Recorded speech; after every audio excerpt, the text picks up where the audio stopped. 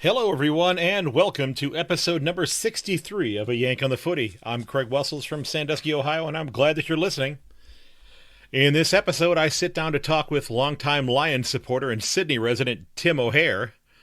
We spend the segment talking about the Lions offseason while also discussing the issue of homesickness amongst professional athletes and looking at some of the variances and the differences between athletes that play footy and athletes who are involved in sports here in the United States. Now, before we dive into the discussion, the interview, I wanted to let you know that I have opened up my store page for the podcast. I've provided a link for that in the show notes. It's through the company called Redbubble, and I have 3 different designs that are up there right now. I have a few other ones that I have in the works that I'm looking at getting created. And one of the neat things about this, is you can get, a sticker for the back window of your car or for your computer screen or something of that nature. They offer all sorts of different things that let's be honest, I would never put on a product. Things like shower curtains and bedspreads and things of that nature. But they have, if you're really a fan of the show and you want to get a T-shirt or a sweatshirt or a hoodie or a sticker for your car, like I said, or for your computer, I'd love for you to, support the show. And the funds for that are going to be used for being put back into the podcast to help to pay for things like podcast hosting sites and things of that nature. Hopefully updating some equipment sometime down the road as well. And just paying some of the fees that are associated with having a podcast. Because as of right now, I've done this simply as hey, I'm having fun with it. Which, by the way, I still am having fun with it. It's not something that I'm going, I'm dreading doing this. That's not it at all. I love doing this. I'm having a blast. It's great to talk with new people. But one of the neat things about Redbubble, if you have missed the last couple of episodes, is the fact that they actually print their materials all over the world. So they don't have just a printing hub in the United States or in Europe or anything like that. I checked, they have one in Australia. I believe it's in Melbourne. And they print on demand in places all over the world. I actually got my first batch of stickers that I had printed from the podcast. I had those sent to me. Those arrived a couple of days ago. I distributed a couple of them to the young lady that created the initial designs for me.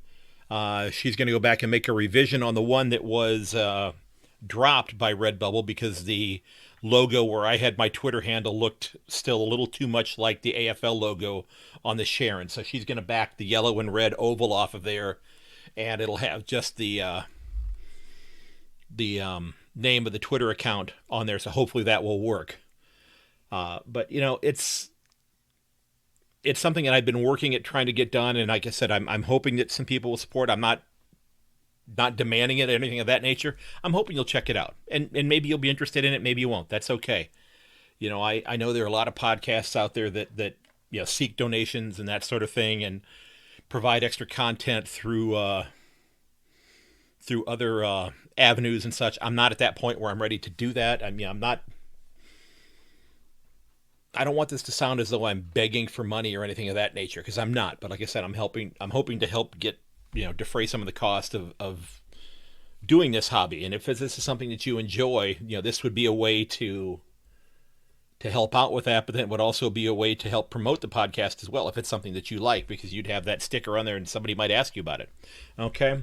Now, as you know, I've got the 1-year anniversary of the podcast coming up in just a few weeks. I believe today is the 4th of December as I'm recording this. Yeah, it's the 4th of December.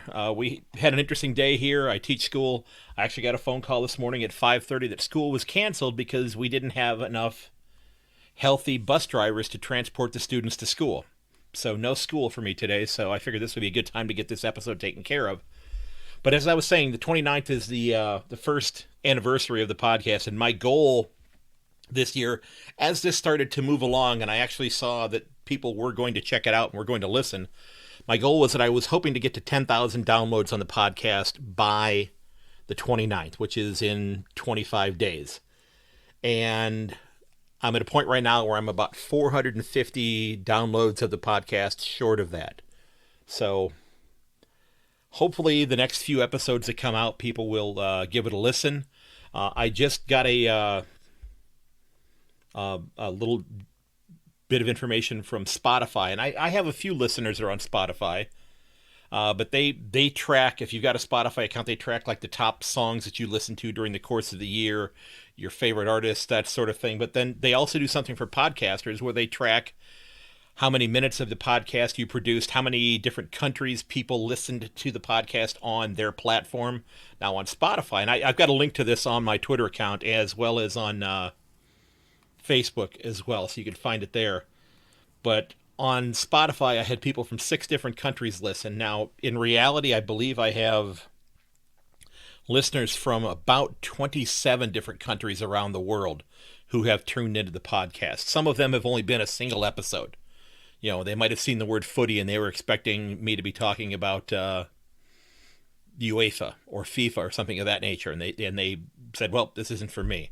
But I've had a lot of countries where I've had hundreds of people that have tuned in to listen. Of course, the biggest two are, of course, the Australia and the United States. But I've had a lot of listeners in the UK, a lot of listeners in Canada, quite a few in Singapore, quite a few in Ireland as well as a whole bunch in France. And it's starting to grow more and more in other places. So it's been great to see that growth.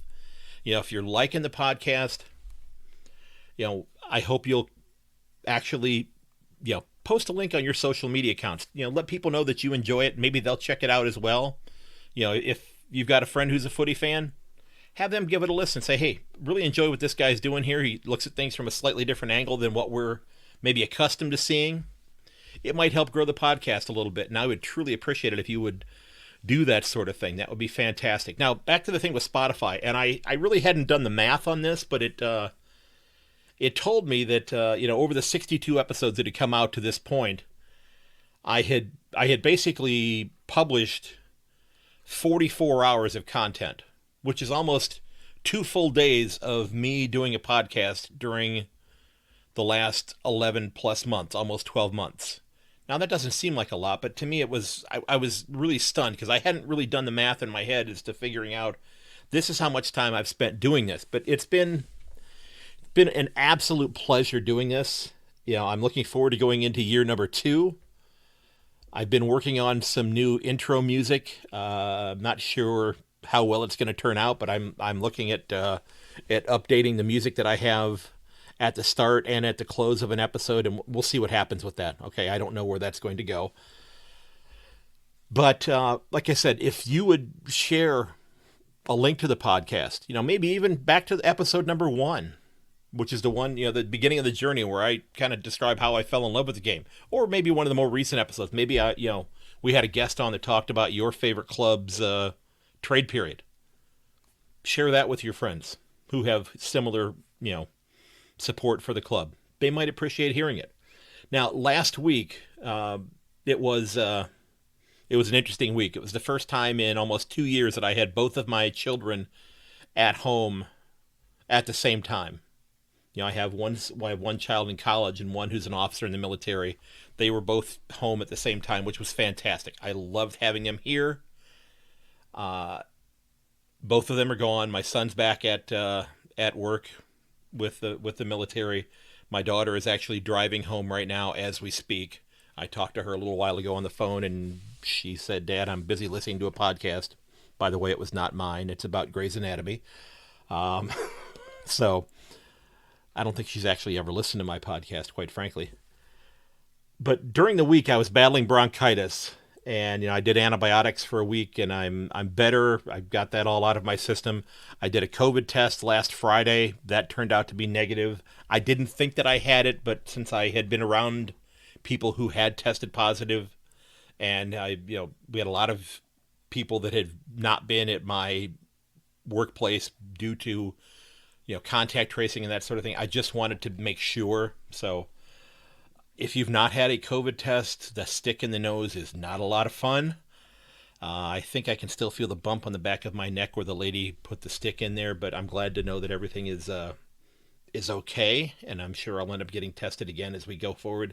But while I was battling bronchitis, I did have an opportunity to sit down with, and I think it sounded okay. It was a heck of a lot of fun to do this. And yet again, I'm still amazed that people are actually reaching out to me to talk to me about what my views are and things. But I got a note from the gentleman that run the Lace Out podcast. Very fun podcast about footy. Talked to a gentleman by the name of Christopher Peppers, goes by Peps. We spent an hour talking about footy and talking about the players that I would love to see live in person. And I came up with some names of some players that I'd love to see live. But let's be honest, I live in the United States and I've never seen a game in person. I would love to see any AFL game live. That would be fantastic. Hopefully that's going to happen. It's on my bucket list of things to happen sometime in the future. But I will put a link to that episode in the show notes from the Lace Out podcast. I strongly encourage you to check that one out, to subscribe to that one. And, if you're not listening to that one, if you're not listening to the Where Do We Begin podcast with the three young men that run that one, they're doing a fantastic job, having a whole lot of fun doing that. It's great to see young people who are wanting to, and again, this is kind of in their wheelhouse as far as, social media and that type of thing, but it's great to see them expressing their views and doing such a fantastic job doing it. So I strongly encourage you to check out both of those podcasts. I've linked to the Where Do We Begin podcast and other episodes, but you can find that one online as well. They're on Twitter as well. So, ladies and gents, I hope you'll enjoy this this talk with Tim O'Hare. So sit back and enjoy. All right, ladies and gentlemen, my next guest is my first Lions supporter that's joining us during our trade period discussion. He's originally from Brisbane. He now resides in Sydney, so he's having to watch the Lions from afar. Hopefully he gets to make some journeys to Queensland to go watch them on a regular basis. But I'd like to welcome Tim O'Hare to the podcast. Tim, thanks so much for taking time out of your morning and stopping by. Thanks for having me, Craig. It's a pleasure. And I will say, just in regard to getting to see the Lions, only actually gotten to see them once this year when they made a brief trip up to Sydney. They played Geelong, which I missed, but they played the Greater Western Sydney Giants. And that's the only game I've gotten to see live, partly because of the pandemic. Right. Now, how long have you lived in Sydney then? Since the start of 2019. So okay, so it's been a short period of time then. So yeah, so okay. I mean, 2019, I made a couple of trips to Brisbane to see family, and I got to see the Lions' first finals game in 10 years. Made the trip for that. But obviously this year it's been harder with the border closures. Exactly, yeah. So, looking at the at what happened during the trade period here, what are the if I was to say, what are the first words that come to mind? What's your initial reaction to the trade period as a Lions supporter? I would say that it's a success. I would say, based on what I've heard from the football manager, David Noble, they had quite a singular strategy really during the trade period, and that was to get in a bona fide tall forward, and they got that with Joe Danaher. So I would say they had really one goal, and that's quite understandable for a team that finishes second on the ladder. Like, obviously they didn't win the premiership, but you don't want to throw the baby out with the bathwater. So you want to keep most of your players, you want to keep your list together, and you just want to look at a couple of weaknesses. And the weakness that was quite plain to everyone, supporters and outsiders alike, was not having a tall forward. So they fixed that, and they got Joe Danaher in. And other than that, I would say it was a pretty quiet trade period. Well, you did get you guys did break my heart. I'll get into that in a minute because my favorite player, the player that initially drew me to become a Cat supporter, is now going to be wearing the lion on the front of his Guernsey. So he kind of I wish him the best, and I wish him well, but it doesn't make it any less sad that he's not going to be there anymore. But What are your hopes and your expectations now that Joe Danaher is going to be playing for the club? Do you think he'll be able Well, to play 15 or 16 games? yeah, that's a good question. If you look, obviously Joe Danaher has had his groin issues, which has prevented him from getting on the park a lot at Essendon. I think he played 16 games in 3 years. So on the surface, I'd say this Joe Danaher trade is high risk, high reward. But if you look at the medical history with the Lions going back a couple of years, the Lions brought in Luke Hodge, who was at the back end of his career and had a few injuries, and he managed to play most of the games. They also brought in Lincoln McCarthy, who'd had an injury-plagued couple of seasons at the Cats. Oh, well, I think it was about 6 or 7 seasons.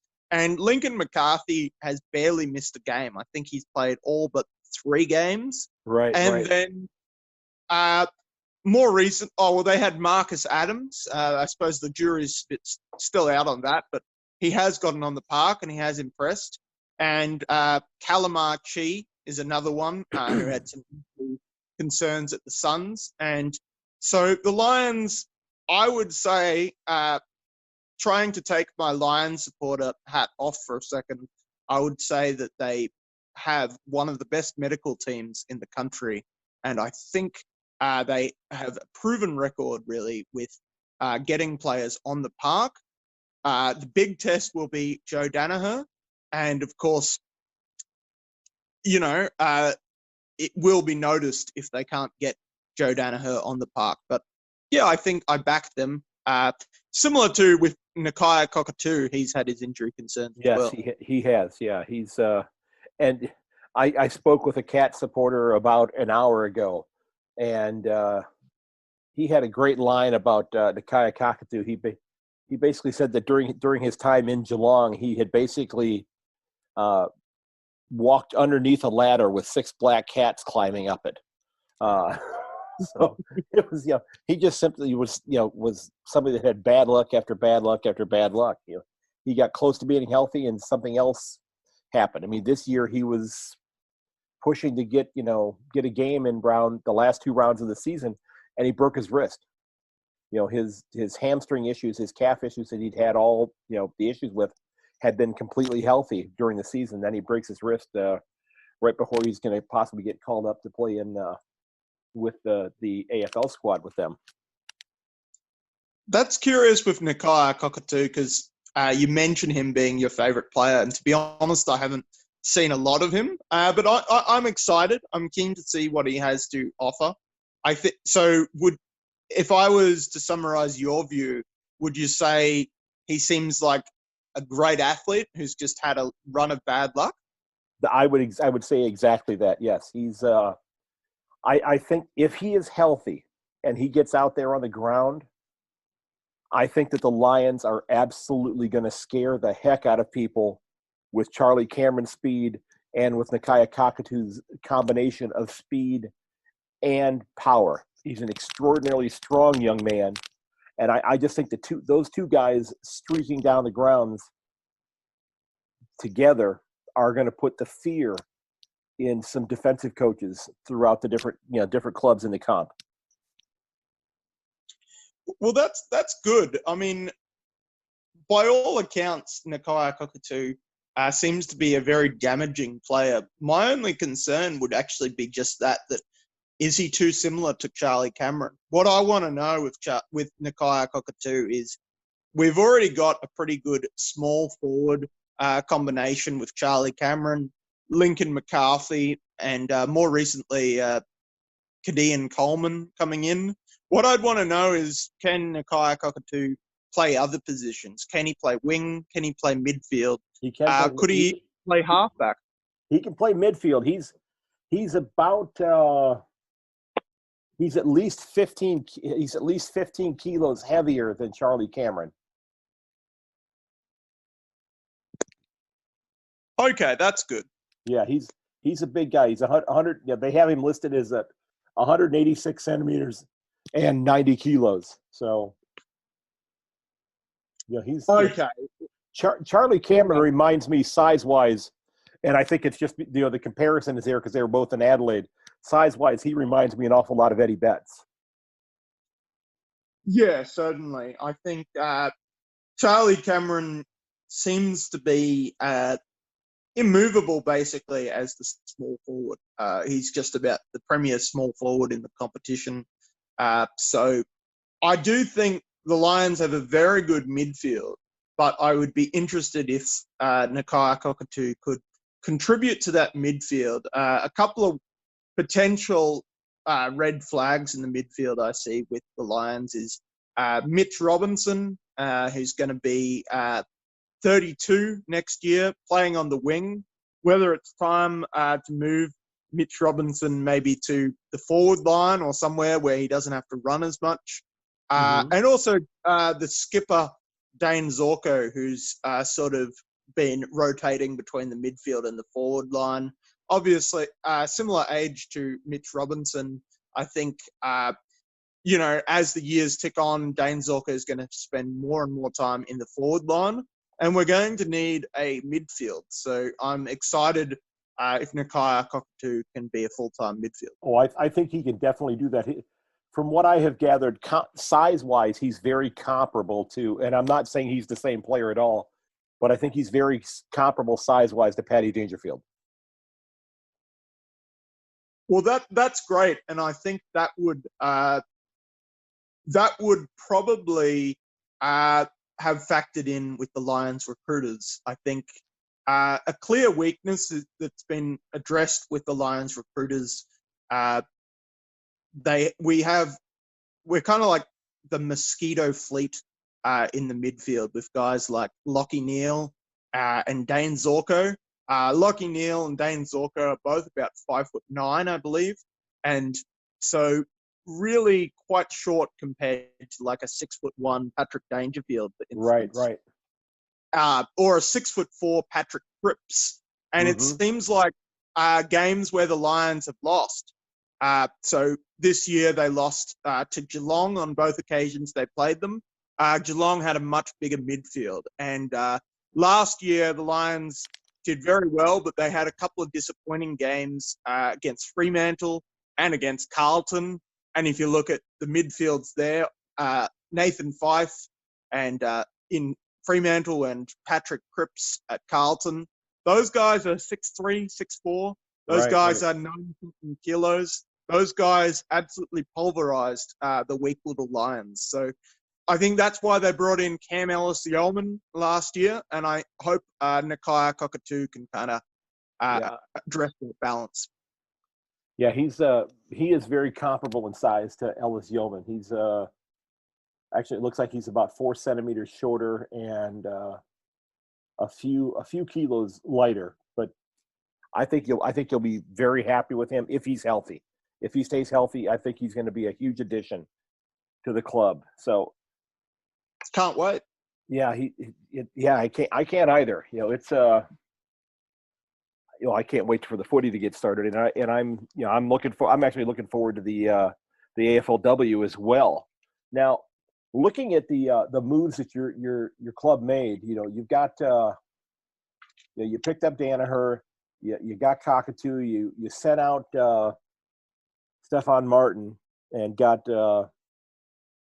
basically I think that's the way it shakes out. I think it's a 3rd round draft pick back from North Melbourne.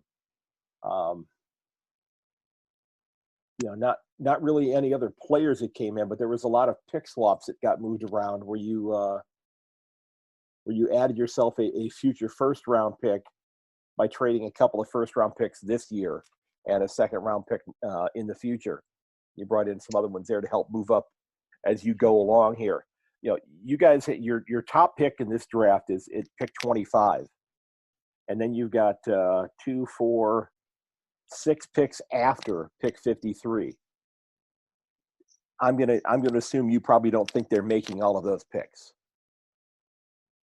Okay, well, a couple of things. One thing I should say right off the bat is I struggle to understand the draft, And I think most people, even list managers, probably struggle. Okay. All these pick flop, all these changes. So I shouldn't feel too bad about it then, that I'm still trying to figure out what the heck's going on with it. Okay, good.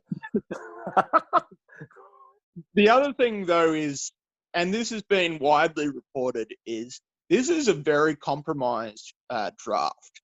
So one of the problems, one of the things about the draft, and I think it does draw comparisons with a lot of US sports, like American football and the NBA. My understanding is there's fewer concessions in American sports. The AFL draft has father-son selections. So if your dad played 100 games for a club, that club can draft you. I believe they can. I believe the rule is they can match your pick. So right. Say for instance, there's I've forgotten his name now, but there's a Collingwood great. He's got his son is coming up for draft this year. Hypothetically, Adelaide, who got the first round draft pick, having won the wooden spoon, hypothetically they could use their first round draft pick on this Collingwood player, on this Collingwood player's son, and all Collingwood would have to do is match it with any pick in the first round, and they would get that player. So that's the complication with the father-son picks. The other thing is there's a thing called Next Generation Academy, which I'm trying to get my head around that. But basically, Next Generation Academy, it means a similar thing. If your player has come through that Next Generation Academy, then all the club has to do is match the pick with another pick in that round. Okay. Now, as an example, that has actually benefited the Lions historically. Guys like Harris Andrews, Eric Hipwood, more recently Kadayan Coleman, they're local boys who've come through the Lions Academy.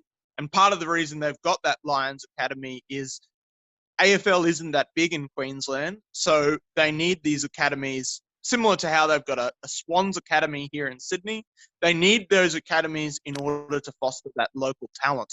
And there is some argument that, these clubs should have priority access to their local talent. But the issue is these academies have since been expanded. I believe there's even a West Coast Eagles Academy or something similar to that, which basically is a bit of a joke because footy is massive over in WA. They don't need any help attracting local talent. But there's also next-gen Indigenous academies, and that's probably where the complication happens. There's a great player by the name of Jamara Ugle-Hagan, who is predicted to be the first-round draft pick this year. So Adelaide, he would make a great addition to Adelaide's list. I'm sure they'd love to draft him. But unfortunately, he's tied to the Western Bulldogs because of the Next Gen Academy. Okay, so that was not a father-son situation there. Okay. No, it's a Next Gen. I believe he's of Indigenous descent, so that plays in. Yeah, there's a Bulldog supporter that lives here in the States that I talk to a great deal, and he was talking about how they had to make moves to get picks in order to have enough value in their picks to basically give up those picks to go take him at number one. Yeah, just on a side note, I think the Western Bulldogs look scary next year, just how well they've done in this trade period. I think so too, yes. I think so. So all I'll say, just to close out that point about this draft being compromised, I think it was a strategic retreat by the Lions, realizing just how compromised this draft is, whereas next year's draft is rated really highly, that the Lions traded out, a first-round pick this year or 2 first-round picks this year in order to get a first-round pick next year. Right. So, Yeah, so I think that'll bode well for them going into into next year. So you mentioned that you thought the Bulldogs had the best trade period overall. Yeah, One of the just things. about. Yeah, I think I agree with you there, because they brought in quite a bit. They didn't give up as much as other clubs did, and they hung on to Josh Dunkley, which is something I think they really wanted to ultimately do. But Yeah, go ahead. with player movement, I think that was a really nice buck of the trend, because I think there are criticisms that players have too much power, players get to go wherever they want. So the fact that the Bulldogs held firm and held him to the contract, which is not something you see a lot, I think that should be commended. Sorry. No, that's great. I think I agree with you. That's I've talked about that with a couple of people about the the homesickness aspect of this, and it kind of gets back to the homegrown talent. That in many cases it puts GWS and to a lesser extent Sydney, although that looks like that's getting rectified, but Brisbane and Gold Coast, and even the Crows and the Power, kind of puts them behind the eight ball a little bit, because so much footy talent is coming out of Victoria. And if those young folks that are coming out of Victoria end up playing for Gold Coast or for Brisbane or whatever the case may be, they may want to make that trek back to Victoria after the first couple of years of that initial contract, so they can get back closer to home. Yeah, for sure. That definitely is a variable, and it's quite curious, really, because you look at a lot of like, I must admit I don't follow American sports enough, but I'm curious whether there's a comparable go home factor. But if you look at a lot of international sports like soccer, it is very common in soccer that you've got to be prepared to go anywhere. And like soccer players, I don't feel like they have that same go home tendency, because really it's part of their culture. It's part of their expectation that if you want to pursue a professional soccer career, you've got to be able to go anywhere and play anywhere. Whereas I think potentially Australian footballers are a bit spoilt, and the fact that there's 10 teams in Victoria means a lot of Victorian players resent having to move out of Victoria, because they think, well, there's 10 teams I could play for here. Yeah, that's kind of what I was thinking. Is you see a lot of players that want to leave the clubs that are away from Victoria in order to get back home. You saw that Tom Lynch just did that, and that the league has actually had to do things to help give the Suns special dispensation to basically help keep their club afloat, because there had been such a significant amount of jettisoning of players that the players were wanting to leave. It wasn't necessarily that the club wanted to get rid of them. It's the players deciding, I've done my time. I'm ready to head back to my home state. And that may not have even been Victoria. Maybe they went back to West Australia. Maybe they went back to South Australia. Yeah, certainly. I think that is a major challenge. Mind you, it does, well, in some ways, there's positives. It looks like maybe we're overcoming that hurdle. The big one last year was Stephen Cornelio. I believe he rejected offers from Carlton, and I think Hawthorn might have even been in the mix, to basically sign with the Giants for life. I think that would have, he's now the captain, I think that would have boded very poorly for the future of the Giants. Right. If Stephen Cornelio had left. Mind you, and you might be excited about this, but Jeremy Cameron now going to the Cats, that sort of does throw a bit of a question mark on the future of the Giants. So I would say it's very real, that whole go home fear.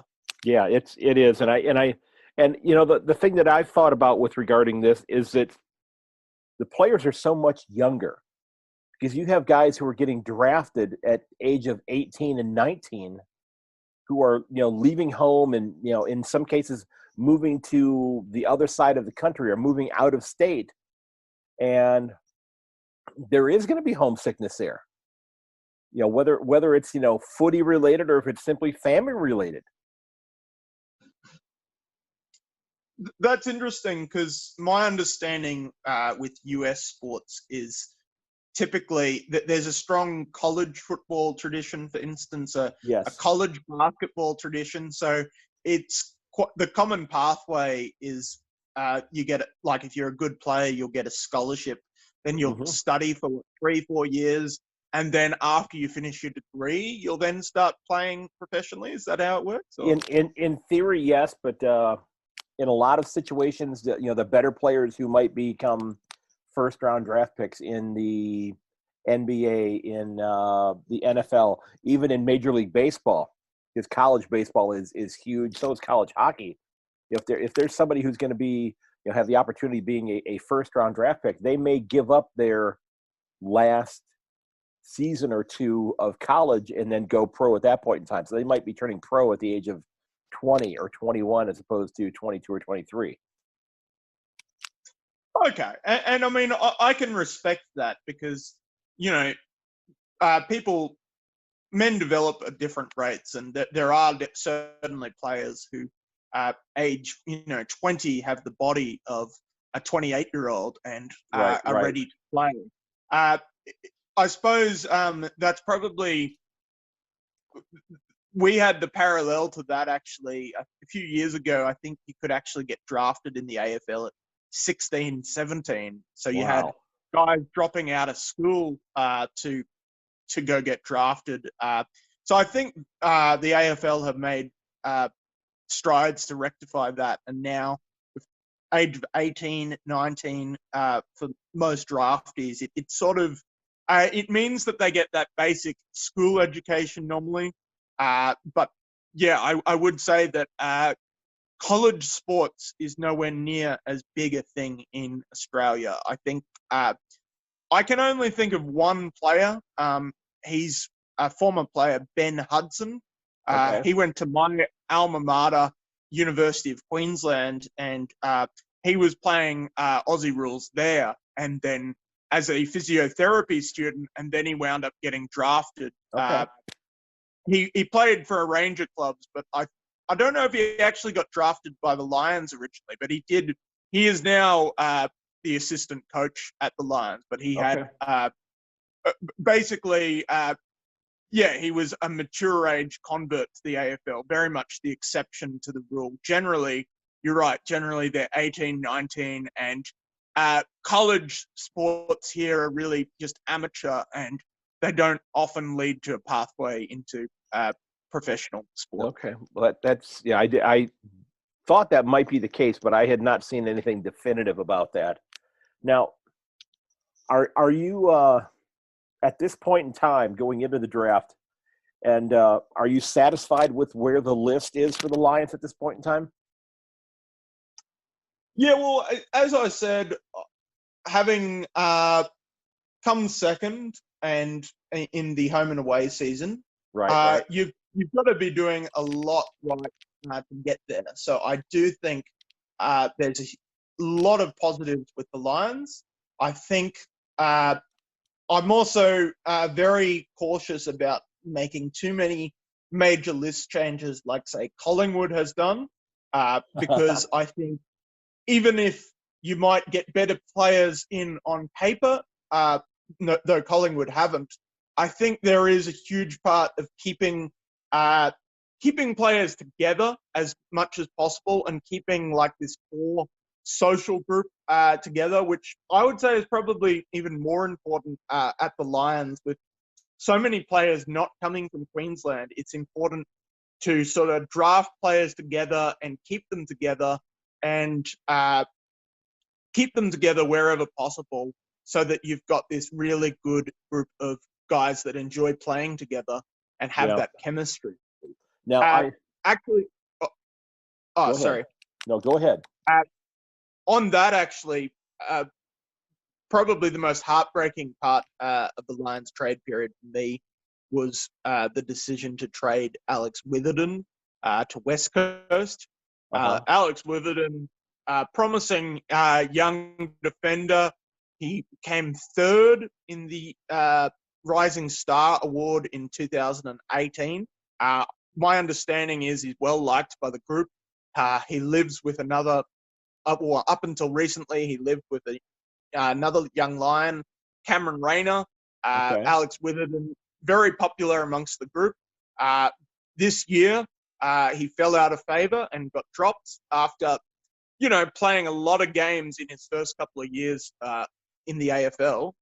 He got dropped, only managed 6 games this year, which wasn't all that bad. But seeing him leave, even though I'm not sure if he would be in our best 22, seeing him leave is a real concern, because even if he wasn't on the park, I think he was revered by a lot of the players. And I think the Lions, I think they liked coming to work more with Alex Witherden being there. And the concern would be, and maybe this seems a bit apocalyptic, but the concern would be, without Alex Witherden, one of the core members of the young group, who was drafted alongside Hugh McCluggage and Jared Berry from a similar area in regional Victoria.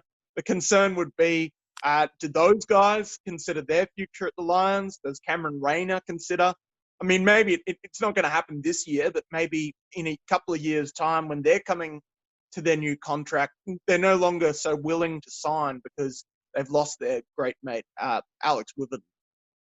Well, that leads me to what was going to be my last question, and it kind of throws a bit of a monkey wrench, if you will, into the last question, because I was going to ask you, do you look at the Lions? Because when I look at the different clubs, and I've watched the coaches be interviewed and speak and give their views on things, and it just seems like the relationship between the players and Chris Fagan is unlike just about any other club in the competition. And I was going to ask you, do you see the Lions becoming kind of a destination club for players simply because they've got a terrific coach who is quite frankly, to me, I think he's a very personable coach and somebody who would be a player's coach? Yeah, well, the short answer to your question is, I think that's already happened. To some extent, when Luke Hodge made the decision to come out of retirement and go to the Lions, Charlie Cameron, it begged belief to me that Charlie Cameron would come at that stage, because it looked like Adelaide were right in the premiership window. I know a lot can change in a couple of years, and Adelaide have gone down the toilet. But I mean, a couple of years ago when Charlie Cameron came, Adelaide had just been the minor premier, the runner-up in the grand final. So right. I think he even said Chris Fagan was a big part of him coming. Charlie Cameron's also from Queensland, so that helps. But Lachie Neale coming, that was absolutely staggering, that a player originally from South Australia who had been drafted to Fremantle and could probably have gone to any club in the country. The fact that Lachie Neale chose Brisbane, where he had no family, I think that was huge. And now, of course, Joe Danaher. So I do think, in short, we've become a destination club. But I do think there's sort of an interesting I think we've done the basics really well. I think we've played the kids early on, and I think that has really benefited the Lions. And as I said, we've got that really vibrant youth culture, which is good. But I think really the premiership teams like Hawthorn, they're ruthless. And that's what kind of scares me, is you've got to have that ruthlessness. You've got to do it in a really calculated way. And as I said, I am worried when guys like Alex Witherden are traded. I'm worried, obviously the club is seeing this as part of their plan to get better. And, I back them in doing so. But you've got to think, well, you've got to do this really carefully, because even though you might want to win that premiership, you still want to keep guys coming along. and enjoying the place. And sometimes I think there's a very fine line between a successful club and a club that players don't want to be at. We see that at Adelaide. I think Adelaide, they push themselves and they push themselves and they push themselves, and then they almost got there, and then they lose the grand final, and suddenly it just starts unraveling. That's a good And point. I think more recently, and this is still pretty contemporary, but I think we're seeing this at GWS, and who knows? I'm sorry to say, we could see this at Geelong, this year's runners-up. So the Lions have to be really cautious that not only are we pursuing success, but we want to keep that environment where players love to be there, players enjoy themselves, and players want to get better together and stay at the club. I don't think we can turn into a Hawthorn, because I don't think we'll ever be that kind of comparable to a big Victorian club. We're always going to have interstate talent, so we've got to keep it fun there, essentially. Yeah, that makes sense, because it has to be an attractive place for people to be. Because like you said, it's Queensland is not a significant footy area, although I think this season had to have helped that a little bit, just simply the fact that there were so many footy games played in Queensland this year. Yeah, for sure. I think Queensland sort of, in my mind, reminds me a bit of like the US South, in that Queenslanders are very autonomous. They hate centralized authority. They they want their independence, and I think Queensland will be the hardest place for AFL to really catch on, because I think there's so much regional area. It's such a big state that even though AFL does really well in Brisbane, I think it struggles in the sort of more regional parts where rugby league is heavy, and where they don't pay too much attention with what's going on in Melbourne or Adelaide or Perth. So that's an uphill climb for them then. Yeah. Okay. Well, I'll tell you what, I think we covered a great deal here. I love getting your input. Anything else you want to toss out there before we wrap this up? Any other thoughts on the Lions, or any other parts of the competition you want to mention? I suppose 2 brief points. One, I don't know what to expect from this draft, and I don't know, I don't have that high expectations because we don't have that great picks. But the Lions have always been able to do something in recent years. Devon Robertson has been compared to Scott Pendlebury. He hasn't played a lot of footy yet, but Devon Robertson was taken with the first pick of the second round last year. So I think the Lions, even though, that's probably a best case scenario, is they can grab that really underrated talent because their first pick, I don't think, comes in till pick 25. Yeah, 25 and then 53. Yep. There's also Blake Coleman is probably the only player on the Lions' radar that I'm really aware of. And Blake Coleman is the younger brother of Kadayan Coleman. Okay. So getting him, I think, would be great. Kadayan Coleman, very similar to Charlie Cameron. So I'm hoping Blake Coleman has a few other strings to his bow. But I think getting Blake Coleman would reinforce that whole idea I'm talking about of the fun kind of family kind of club. We've got the Berry brothers. Right. If we get the Coleman brothers, who knows? Maybe we trade for Charlie Cameron's brother, Jared Cameron, down the track. We get a whole team of brothers. That would be great. That'd be and fantastic, just finally, I just wanted to say on the 2 players we let go, I already talked about Alex Witherden. That is sorry to see him go. I was also sorry to see Stephen Martin go.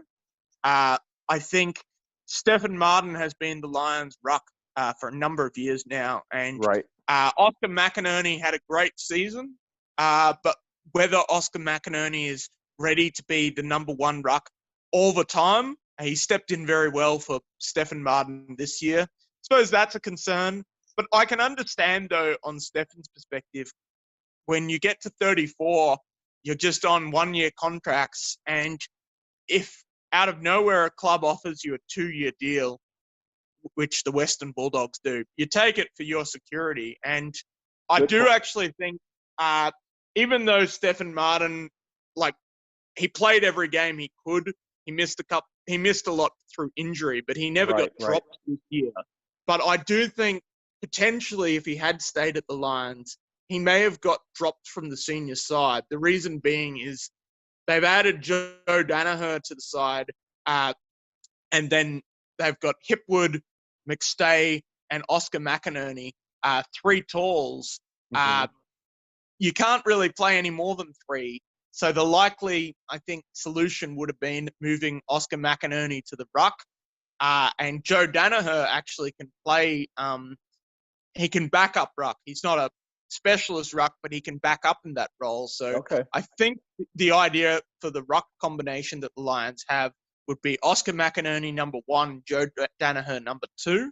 And so I think because Stefan Martin's weakness seems to be his playing forward, I think it would have been questionable whether he would get included in the side that already has these 4 really tall guys. So I think it was the right move for Stefan Martin. But as I said, I'm sorry to see him go, and I think he's a big mentor figure for the team. He's also an experienced figure that I would love to have on the list just in case there were injuries to any of those big guys. But no one, I don't think at 34 you want to be the understudy. I think at 34, your last couple of years, you want to be playing senior footy week in, week out. So I fully understand why he'd leave the Lions.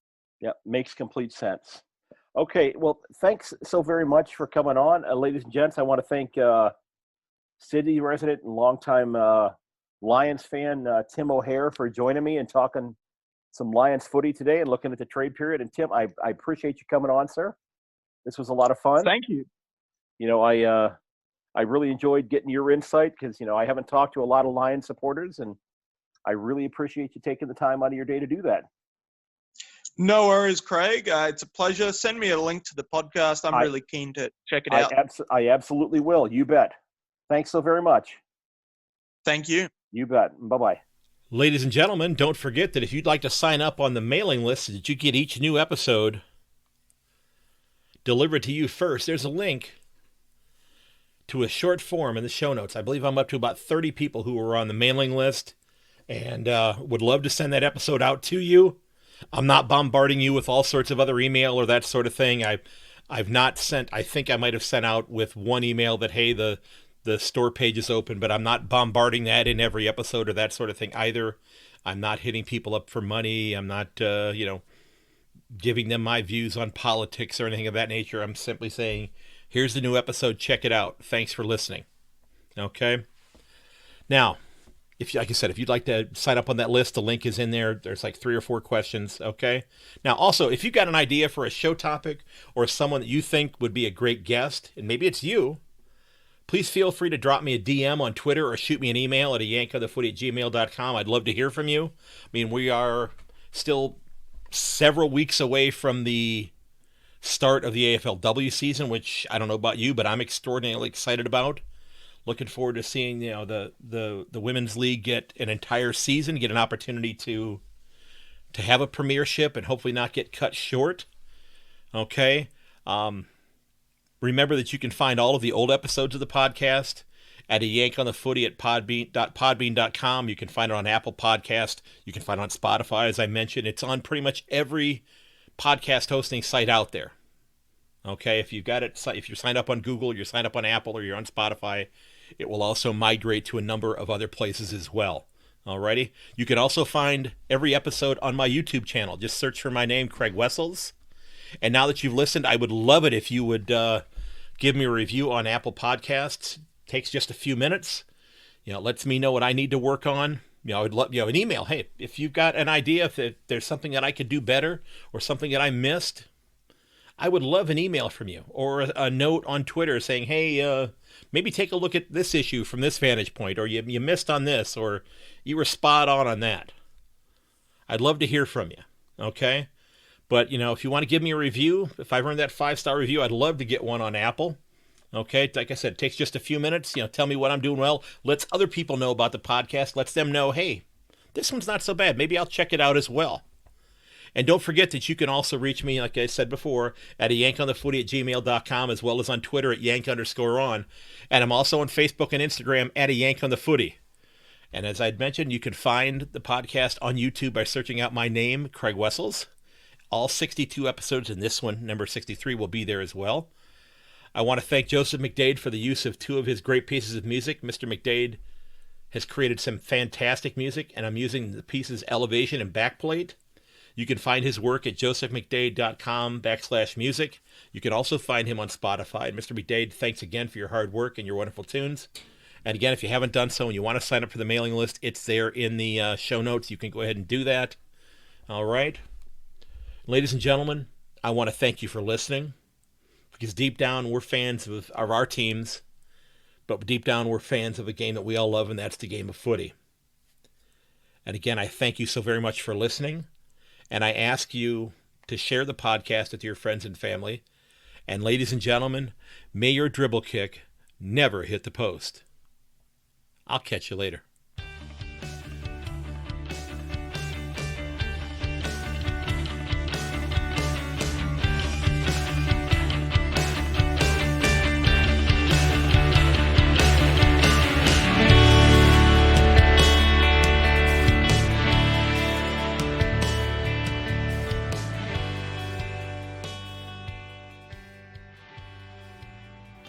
This has been episode number 63 of A Yank on the Footy, my talk with Tim O'Hare, a big-time Lions supporter.